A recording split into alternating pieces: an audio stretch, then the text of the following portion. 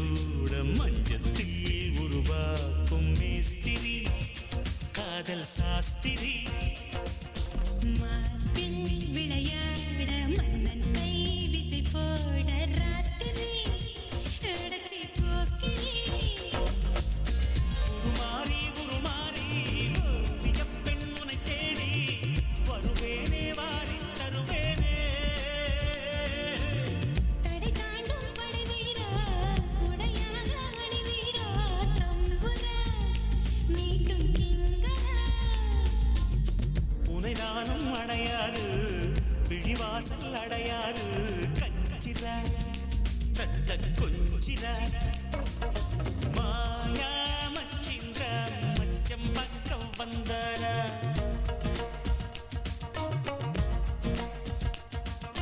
மாயங்கள் காட்டி மோசம் செய்யும் மாவீரா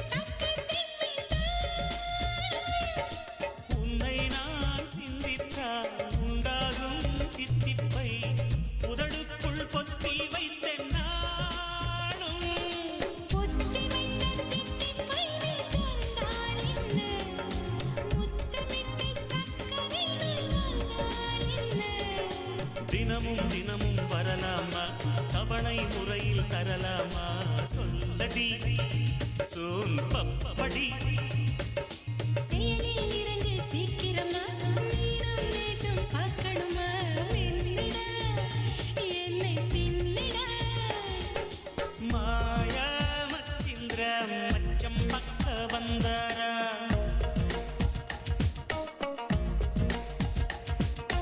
மாயங்கள் காட்டி மோசம் செய்யும் மாவீரா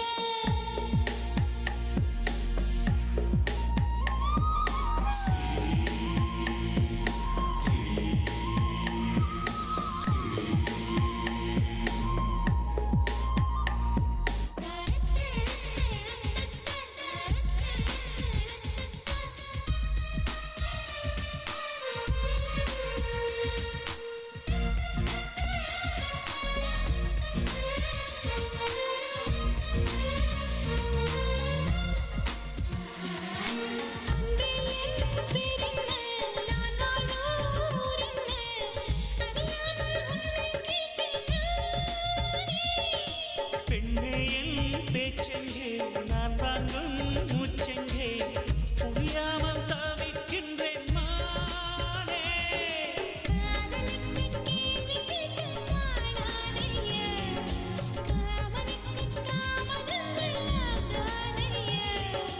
கனலில் பனியாய் கரைவோமா கரைந்தே கவிதை வரைவோமா சித்தியே கண்ணு குட்டியே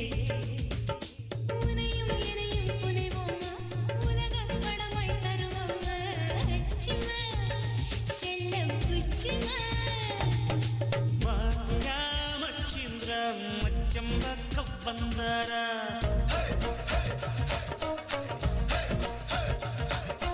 மாயங்கள் காட்டி மோசம் செய்யும் மாவீரா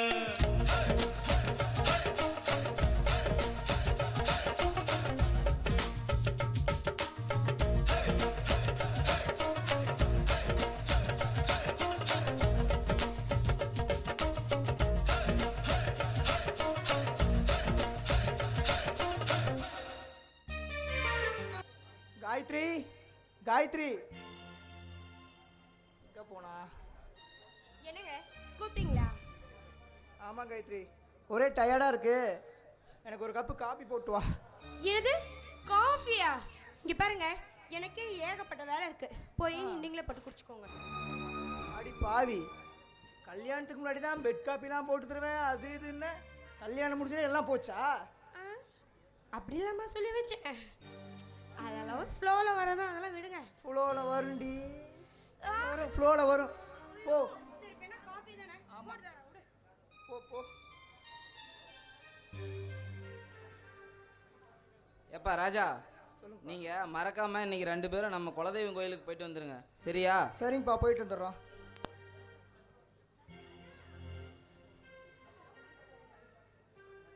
அப்புறம் ஏப்பா நின்றுட்டு இருக்கிற? போயிட்டு அப்புறம் எப்படியோ உன் கல்யாணம் நல்லபடியாக முடிஞ்சிருச்சு. எனக்கு இருக்கிற ஒரே கவலை சிவாவை பற்றி தான். அவனுக்கும் நல்லபடியாக ஒரு கல்யாணத்தை பண்ணி வச்சுட்டா என் கடமை முடிஞ்சிரும்பா. அப்பா அதெல்லாம் ஒன்றும் கவலைப்படாதீங்க, தம்பிக்கு நல்லபடியாக கல்யாணம் பண்ணி வைப்போம். ஒன்றும் பிரச்சனை இல்லை, பார்த்துக்கலாம். மா காயத்ரி, சிவா ஒரு குழந்தை மாதிரி நடந்துக்குவான். நீ அவனை எது எது செஞ்சாலும் தப்பாக நினச்சிக்காதம்மா. மாமா நீங்க எதுவும் நினைச்சுக்காதீங்க. சிவாவை பத்தி எனக்கு தெரியும். நீங்க எதுவும் கவலைப்படாதீங்க. ரொம்ப சந்தோஷமா. சிவா வேற எங்கேயோ வெளியில் போயிட்டான். ராஜா, எனக்கு கொஞ்சம் வெளியில் வேலை இருக்குது, நான் போயிட்டு வரேன்.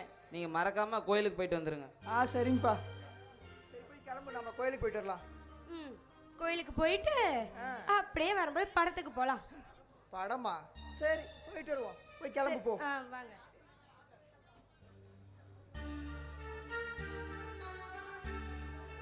என்ன சிவா, என்ன இந்த பக்கம்? அது சாந்தி, நான் சும்மா அப்படியே ஊரை சுற்றிட்டு போகலான்னு வந்தேன். அப்போ என்னெல்லாம் பார்க்க வர மாட்டியா? நான் எதுக்கு உன்னை பார்க்கணும்?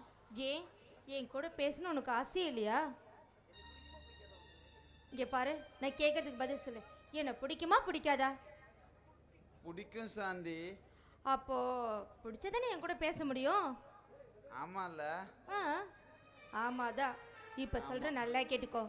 என்னை பார்க்கணும், என் கூட பேசணும் நீ நினச்ச உடனே என்னை வந்து பார்க்கலாம். என்ன? சரி சாந்தி, நான் வந்து பார்க்குறேன். ம் சரி, பார்த்து பத்திரமா வீட்டுக்கு போ. சரி சாந்தி, நான் போயிட்டு வரேன். ஆ ஆ சிவா, மறுபடியும் எப்போ பார்க்கலாம்? மறுபடியும் தெரியலையே. நாளைக்கு பார்க்கலாமா? நாளைக்கா? ஆ சரி, நான் முடிஞ்சா வரேன். முடிஞ்சா வரேன்னு சொல்லக்கூடாது. உனக்காக நான் வெயிட் பண்ணுவேன், மறக்காம வரணும். சரி சாந்தி. சிவா, இப்படி வா.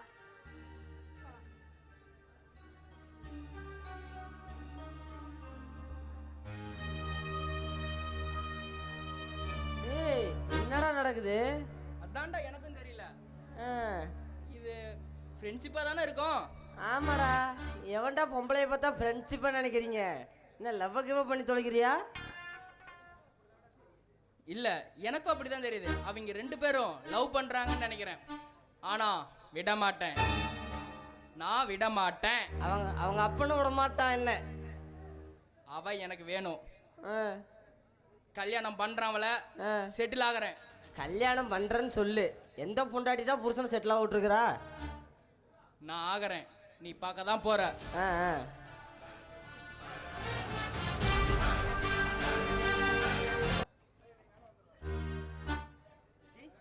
வாப்பா நல்லா இருக்கியா? பார்த்து ரொம்ப நாள் ஆச்சு. அப்புறம் பிஸ்னஸ்லாம் எப்படி போயிட்டுருக்கு? பிஸ்னஸ்லாம் நல்லா போயிட்டுருக்கு மாமா. உங்களெல்லாம் பார்த்து ரொம்ப நாள் ஆச்சு. சரி, அதான் ஒரு எட்டு வந்து பார்த்து விசாரிச்சுட்டு போகலான்னு வந்தேன். விசாரிக்க என்னப்பா இருக்கு? நீ நம்ம ஊரில் வந்து பிஸ்னஸ் பண்ணிட்டு இருக்கிற, நல்ல முறையாக இருந்தா அதுவே எனக்கு போதும். எல்லாம் உங்கள் ஆசீர்வாதத்தில் நான் ரொம்ப நல்லா இருக்கிறேன். என் ஆசீர்வாதம் என்னப்பா இருக்கு? கடவுள் உனக்கு கொடுத்துருக்கான், திறமையை கொடுத்துருக்குறான், உழைப்பை கொடுத்துருக்குறான், அதனால முன்னுக்கு வர்ற. பரவாயில்ல, இருந்தாலும் என் மேலே ஒரு மரியாதை வச்சிருக்கவர், அதுக்காக சந்தோஷப்படுறேன். நல்லா இருப்பா. அப்புறம் அடுத்து என்ன பண்ணலான்னு இருக்க? அடுத்து என்ன? கல்யாணம் தான். ஆமாம் இல்லை, தம்பி கரெக்டாக சொல்கிறாப்புல, கல்யாணம் தான். ஆமாம், சீக்கிரமாக நம்ம ஊர்லேயே ஒரு நல்ல பொண்ணாக பார்த்து கல்யாணம் பண்ணிக்க வேண்டியதானே? நீங்கள் சொல்கிறதும் கரெக்ட் தான் மாமா. ஆனால் எனக்கு யார் பொண்ணு தருவா? எனக்கு சொந்தம்னு சொல்ல யார் இருக்காங்க? அப்படி யாராவது இருந்தால் தானே தருவாங்க. என்னப்பா எப்படி சொல்லிட்ட? இந்த ஊரில் பொண்ணை பார்த்து உனக்கு பொண்ணு பிடிச்சிருந்தா சொல்லு, நானே வந்து பேசி முன்ன நின்று கல்யாணத்தை பண்ணி வைக்கிறேன். நான் இருக்கல உனக்காக, நீ எதுக்கு பயப்படுற? அப்புறம் என்னடா? டேய், நீ பார்த்து வச்சிருக்க பொண்ணே சொல்லிடுறா.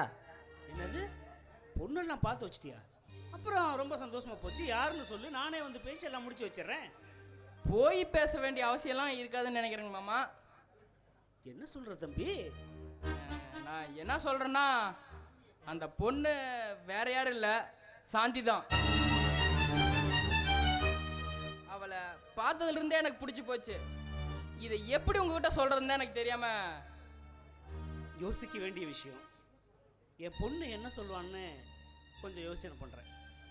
மாமா, நீங்கள் பெரிய மனுஷன், நீங்கள் பார்த்து என்ன சொன்னாலும் எனக்கு சம்மதம் தான். என் பொண்ணு சம்மதம்னு சொல்லணுமே, பேசுகிறேன். சரி மாமா, அப்போ நான் கிளம்புறேன். போயிட்டு வாங்க.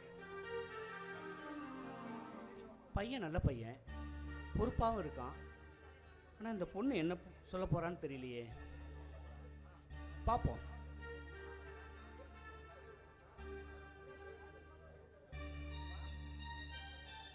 அப்பா ஆ, என்னப்பா யோசனை பண்ணிட்டு இருக்கீங்க?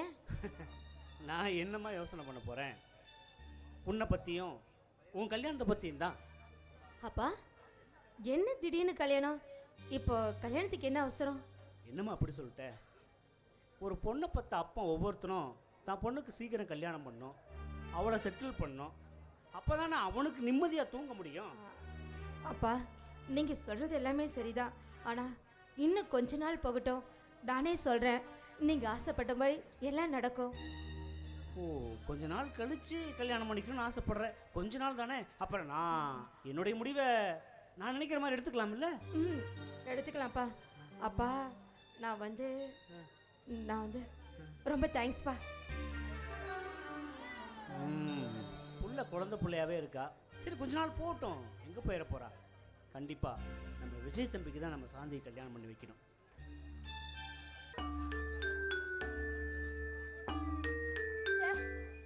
இந்த வீட்ல எல்லா வேலையும் நானே தான் செய்யணும்.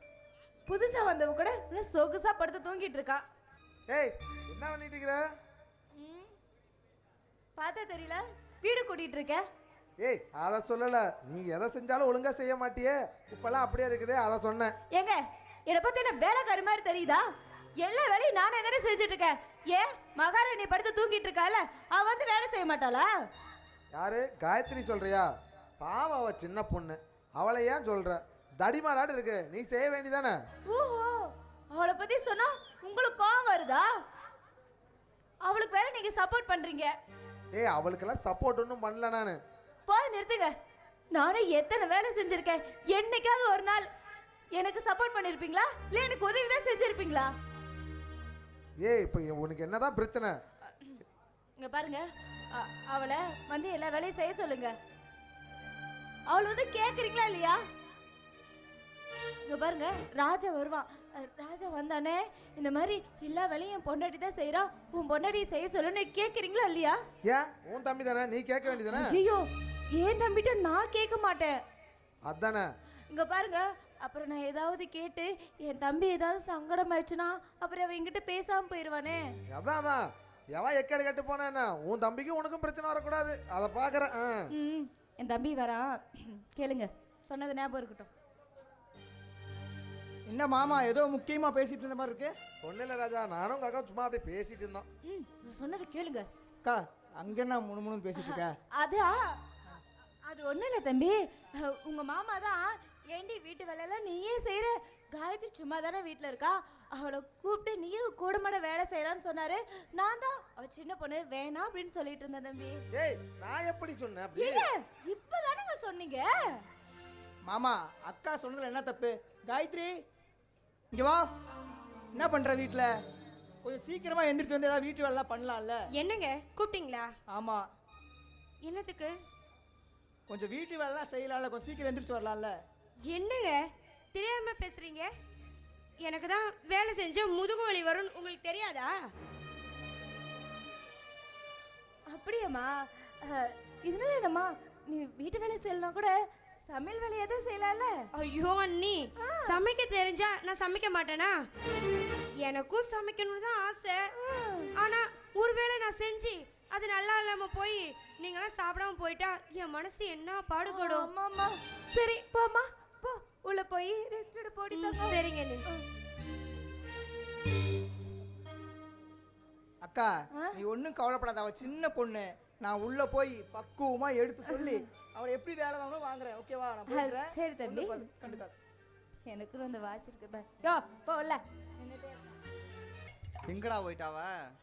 பஞ்சாயத்துக்கு கூப்பிட்டு இவ பாட்டுக்கு அங்கே போய் நின்றுட்டா. இருக்காடா டேய், இங்க இருக்கா.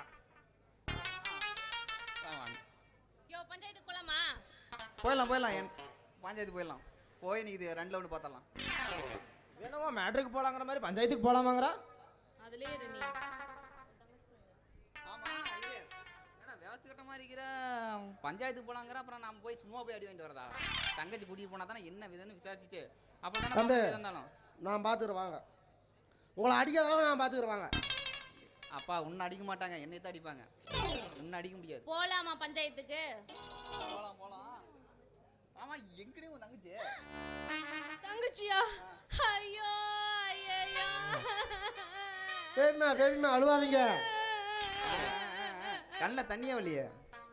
என் தங்கச்சி இல்ல, அந்த அருண் பையன் ஏமாத்துற துக்கத்தினால என் தங்கச்சி. துக்கத்தினால? என் தங்கச்சி. உன் தங்கச்சி தங்கச்சி என்னடா சொல்லு.